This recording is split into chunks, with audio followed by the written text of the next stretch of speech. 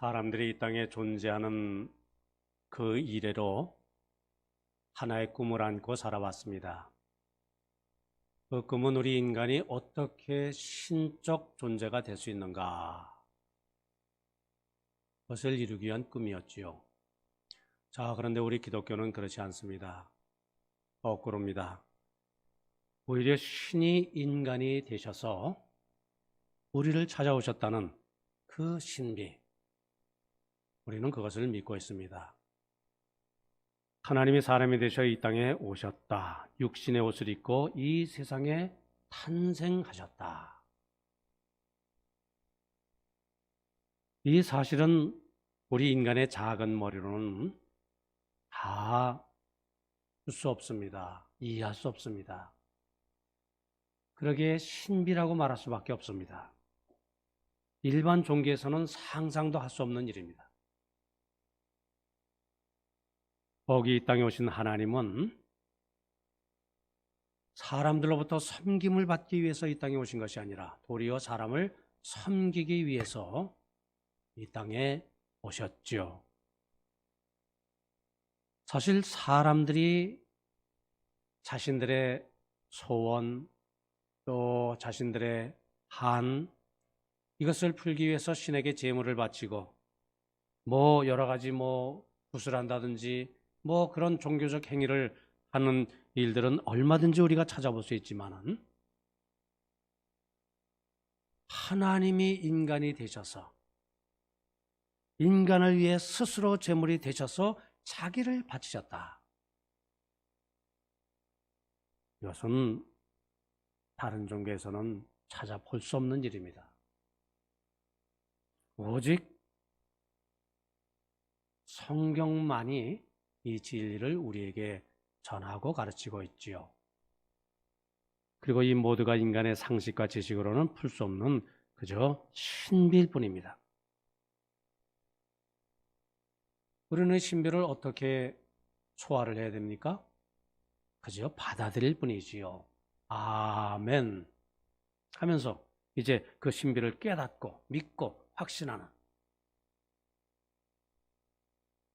우리 성탄절을 보낸다는 것의 의미는 바로 이것입니다. 하나님의 그 사랑의 신비 참 놀랍고 놀랍구나. 아멘 믿고 깨닫고 받아들이는 일.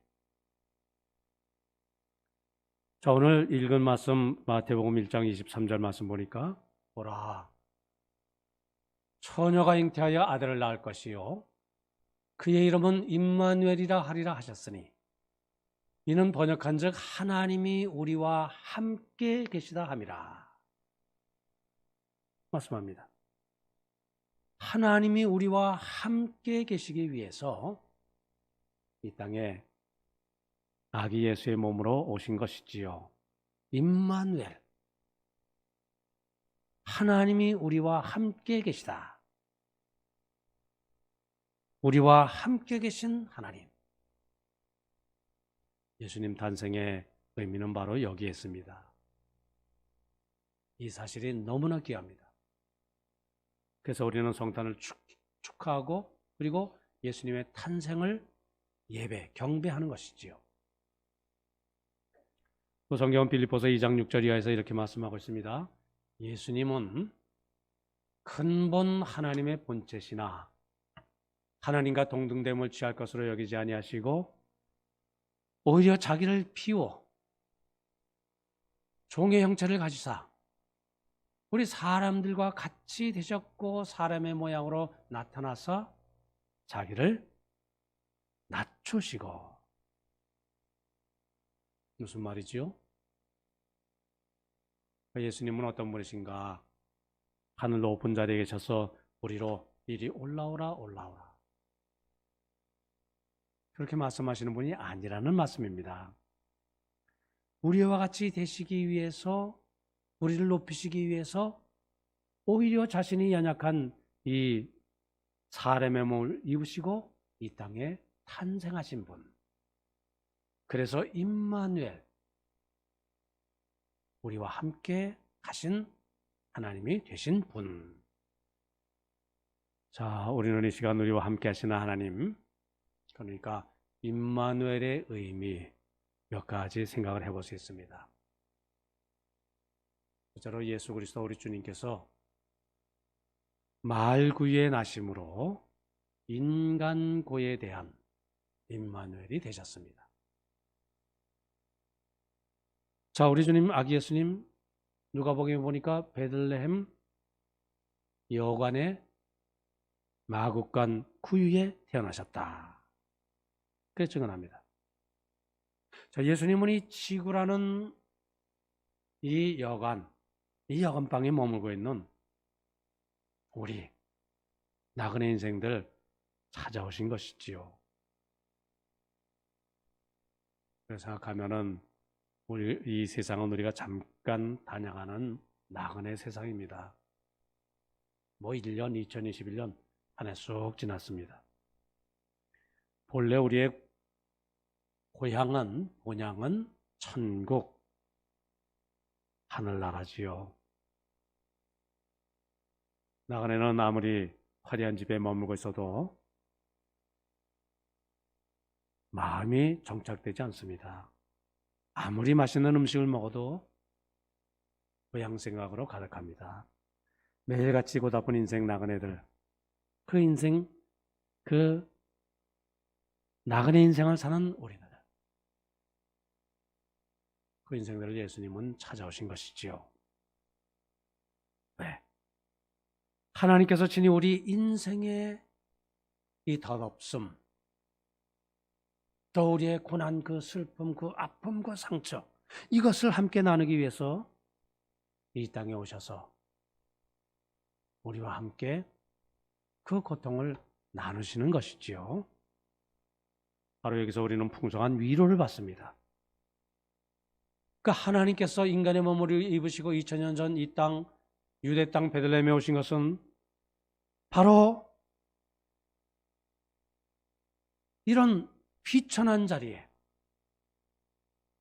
낮고 연약한 모습으로 살아가는 우리 인간, 이 환경 속에 찾아오신 하나님의 사랑, 하나님의 자비를 뜻하는 것이지요. 베들레헴 마을구에 누인 그 아기 예수님, 그래서 작은 핏덩어리 아기 예수님. 그러나 그 아기 예수님은 곧 죽어가는 이 세계의 희망과 꿈이었습니다. 자, 구유로 된 침대에 펼친 그 볏짚, 오라기, 이것을 쥐었던 그 작은 귀여운 손. 얼마 후에는 시각장애자의 눈을 어루만져 주시면서 그 눈을 뜨게 하신 그 치유의 손길이 되셨지요. 귀머거리 닫힌 길을 열어주시며 풍랑이는 바다를 향해서 손을 내밀어 그 거친 풍랑을 잠잠케 하시는 능력의 손이셨습니다. 엄마 찾는 그 귀여운 목소리, 얼마 후에는 귀신을 쫓아내시며 사람들에게 진리를 가르치시고 죽은 자를 일으키시는 나사로야 일어나라 외치는 그 하나님의 음성이었습니다. 작은 아기 예수님 그 발, 병들고 가난한 자들을 친히 찾아가시고 마침내 골고다 언덕 그 십자가에 못 박힐 발이셨죠. 바로 베들레헴 마을 구유는 버림받은 이 세상과 크신 하나님의 사랑을 연결하는 사랑의 연결고리였던 것입니다. 성탄을 통해서 비로소 하나님이 우리의 하나님이시구나.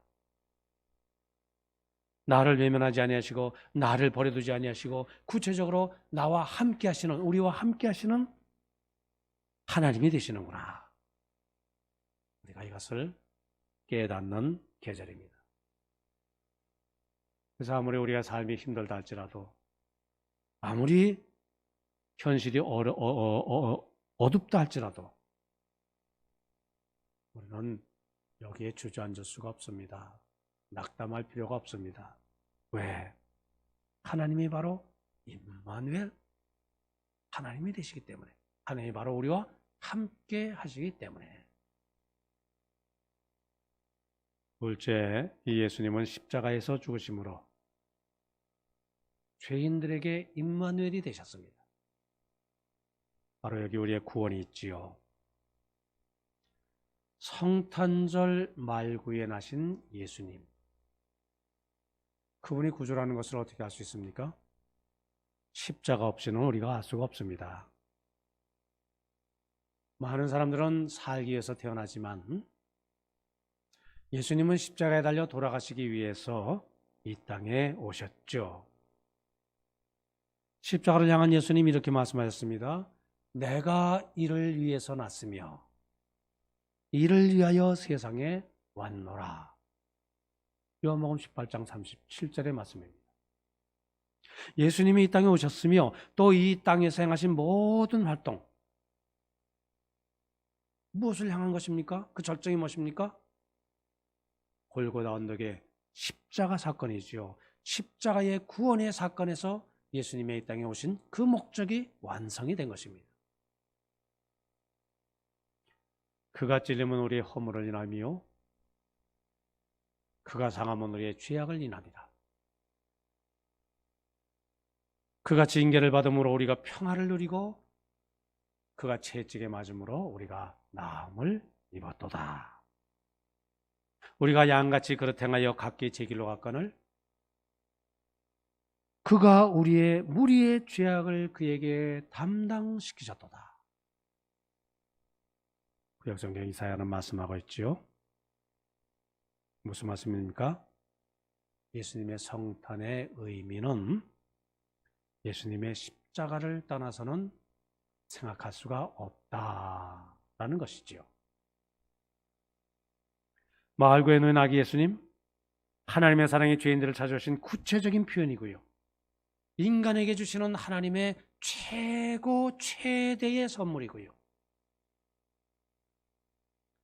하나님의 크신 사랑은 우리를 멸망할 죄인의 자리에서 우리를 살려주신 것. 그래서 예수님은 곤욕을 당하셨고 십자가상에서 피를 흘리셨고 머리에 가시면류관을 쓰셨고 두 손 두 발에 굵은 대못이 박히셨고 옆구리에 창에 찔리셨던 것이지요. 예수님의 등을 상하게 했던 모든 그 채찍, 하나님의 심장을 때리는 것이었습니다. 예수님의 이마를 찔렀던 모든 것이 예수님의 하나님의 마음을 아프게 했습니다. 예수님의 손발을 꿰뚫었던 쇠못, 하나님의 가슴에 못질을 하는 것이었습니다. 예수님을 심게 했던 모든 슬픔, 하나님의 심장을 찢어 놓았습니다. 하나님의 사랑의 깊이는 독생자까지 우리를 위해서 주시고 그를 십자가상에서 고난을 당하게 하심으로 그 사랑을 드러내신 것, 사랑을 확증하게 하신 것입니다.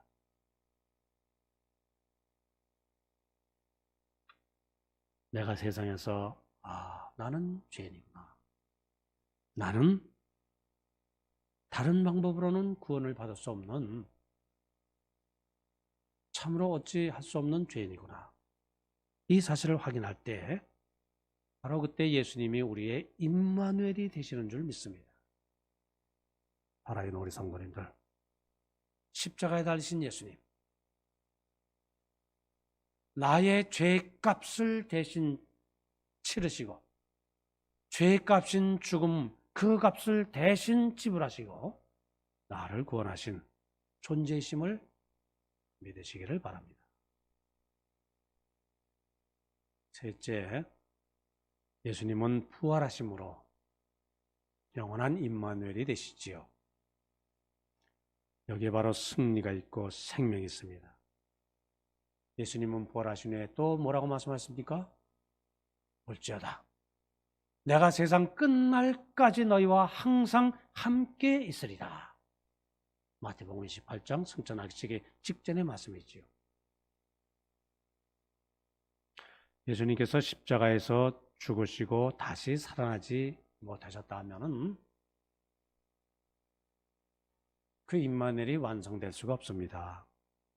그러나 예수님은 부활하시고 다시 살아나셨지요. 다시 살아계십니다. 어제나 오늘이나 영원토록 동일하신 분으로. 이제 그 예수님이 나를 다스리시고 나의 삶을 주관하시고 나의 삶 속에 부활의 생명으로 가득 채워주시는 줄 믿습니다. 이사야 선지자는 그리스도가 탄생하시기 전에 그리스도의 탄생을 이렇게 예언했죠. 한 아이가 우리에게서 낳고 한 아들을 우리에게 주신 바 되었는데 그 어깨에는 정사를 메었고 그 세상의 모든 일을 다 감당하시는 분이다. 그런 뜻이지요.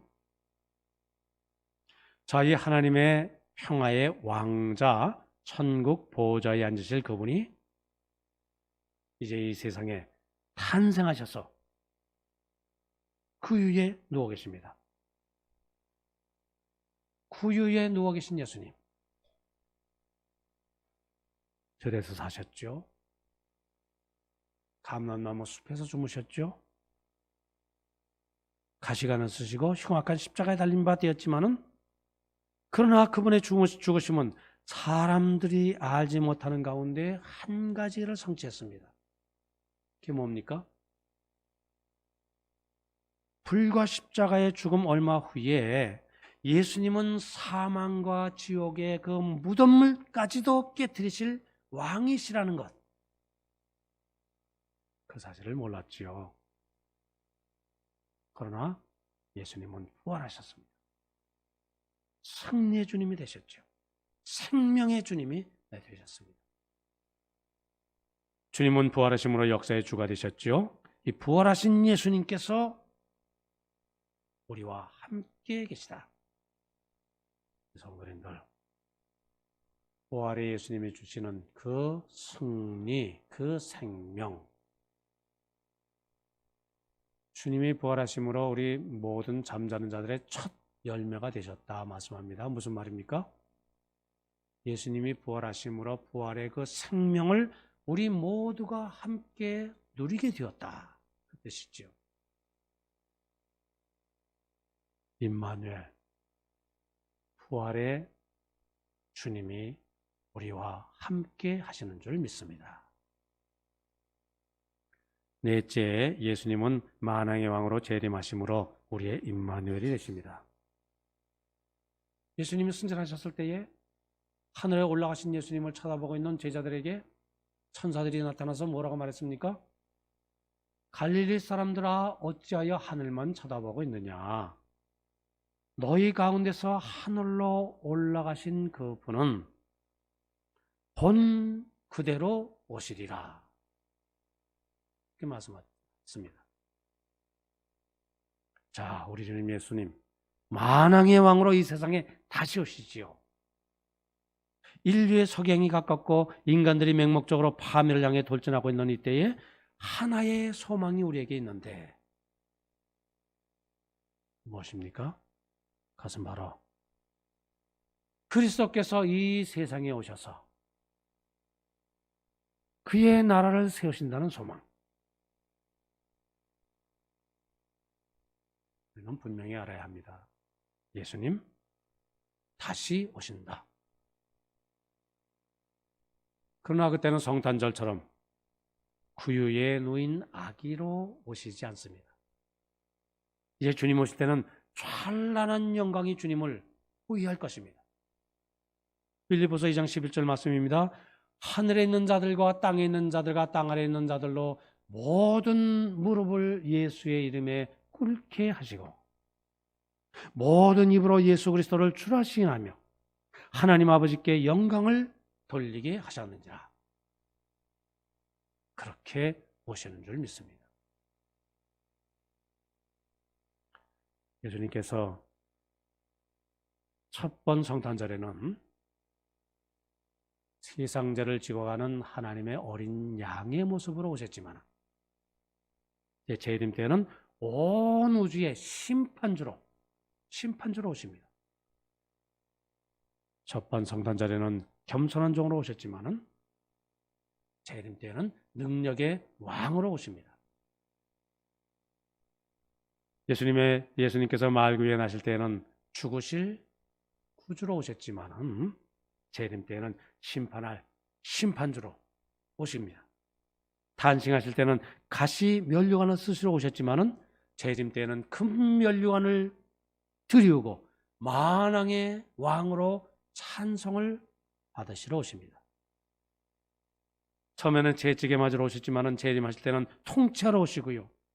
첫번 성탄절에는 그의 백성들이 그를 영접하지 아니하였지만은 재림하실 때는 모든 무릎을 꿇고 입을 모아서 예수님, 주님은 우리의 왕이십니다. 이렇게 하나님 아버지께 영광이라고 찬송을 할 것입니다. 자, 말씀을 마칩니다. 세상 모든 사람은 태어난 생일이 다 있지요. 물론 모든 생일이 다 소중합니다. 근데 왜 우리는 유독 예수님의 탄생, 성탄절을 특별히 기억을 합니까? 왜 기억하고 축하하고 경배하는 것입니까? 예수님을 믿으면 살기 때문이지요. 그 안에 생명이 있기 때문이지요. 예수님을 믿으면 행복하기 때문이지요. 예수님이 나와 함께 계시기 때문입니다. 예수님이 나를 떠나지 않으시기 때문에. 예수님이 나의 모든 것 되시기 때문에. 그래서 성탄, 주님의 탄생을 경배합니다. 자, 과연 오늘을 살아가는 이 시대에 가장 기쁜 소식이 있다면 그것이 무엇이겠습니까? 물론 온 인류가 지금 바라는 바가 있죠, 그죠? 병마로부터 세상이 회복되는 것. 그것이 만일 회복된다면 또 무슨 바람이 있을까요? 끊임이 없을 겁니다. 궁극적으로 본질적인 면에 있어서 우리 인간의 가장 기쁜 소식이 무엇일까? 그것은 하나님이 우리와 함께 계신다 하는 소식일 겁니다. 임마누엘의 소식. 임마누엘 신앙이 있다면 그래서 우리가 모든 것 다 견디어 나갈 수가 있습니다. 임마누엘, 하나님이 우리와 함께 계신다는 그 신앙으로 우리는 우리의 삶을 세워나갈 수가 있습니다. 임마누엘 신앙이 바로 우리의 삶의 뿌리요, 힘이요, 능력이 됩니다. 임마누엘, 만사가 형통합니다. 어떤 환경에서도 합력해서 선을 이룰 수가 있습니다. 그래서 임마누엘 신앙이 우리의 신앙의 중심입니다. 이 신앙이 흔들리면은 우리의 삶이 다 흔들리고 맙니다. 바로 우리 성도님들, 임마누엘의 신앙으로 하나님의 크신 축복을 다 내 것으로 소유하시기를 바랍니다. 진짜 하나님 우리의 임마누엘 되시죠? 예수님이 계신 가정, 임마누엘 가정이지요. 예수님이 계신 교회, 임마누엘의 교회입니다. 예수님이 함께 하시는 사업, 임마누엘의 사업이고요. 예수님이 계신 심령, 교회, 세상 그 어디나 임마누엘입니다. 하나님이 우리와 함께 계신다. 이를 위해서 이 세상에 오셨다. 바로 이 믿음으로 승리하시는 우리 성도님들 다 되시기를 바랍니다.